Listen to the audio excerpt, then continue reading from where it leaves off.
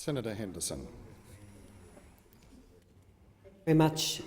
I rise in this adjournment debate to welcome the Minister for Water's announcement today that there will be a full investigation of water allocations under the Murray-Darling Basin Plan.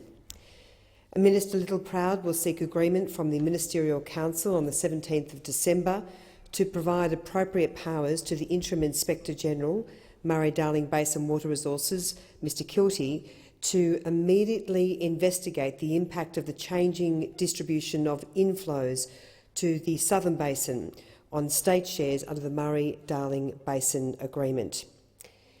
The investigation will also consider any consequential impacts on state shares resulting from reserves required under the MDBA agreement, including how these interact with state allocation policies. Mr Acting President, as I raised in my first speech in the Senate on the 16th of October, my very first task as a new senator was to travel to northern Victoria to meet with farmers. I said many are facing crisis. In the Murray-Darling Basin, managing the impacts of drought is extraordinarily complex. We must always ask what more we can do, whether it be a serious review of environmental water allocations or new water trading rules to combat the corporate water hoarders and price takers. As a regional senator for Victoria, I took the farmers' message back to Canberra that many farmers are in genuine crisis. Along with other coalition parliamentary colleagues, I advocated for greater support for farmers seeking water for fodder to support breeding stock as just one example, and was very pleased that the Prime Minister and the Minister for Water acted so quickly to announce the 100 gigalitre Water for Fodder program, which will open for applications very shortly. We know that much more water is desperately needed and more needs to be done. I also raised with the Prime Minister's office and the responsible ministers the many concerns about the MDB agreement. The voices of our farmers, Mr Acting President, have been heard. People power does matter. Mr Kilty will report back to the Minister by the 31st of March next year, and he will be provided with all the resources he needs to support his very important investigation.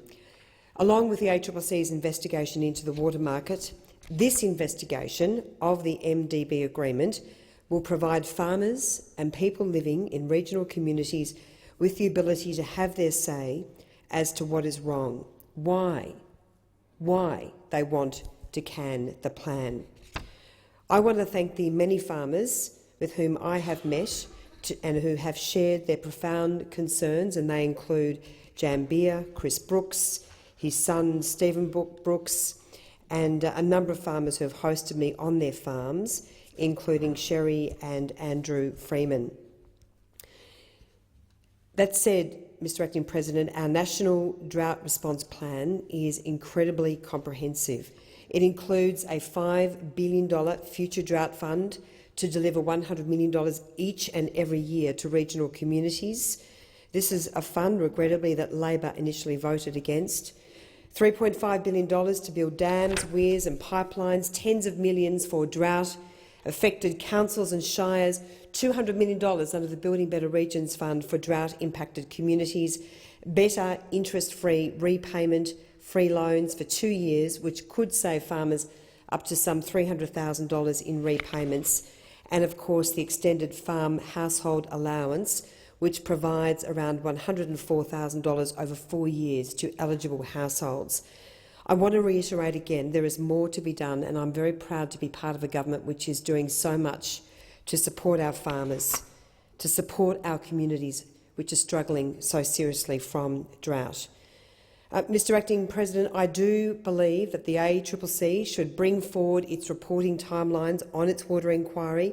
This is an incredibly important inquiry, but the hoarding of water by professional water traders who are profiteering at the expense of farmers who are literally being driven from the land is absolutely intolerable.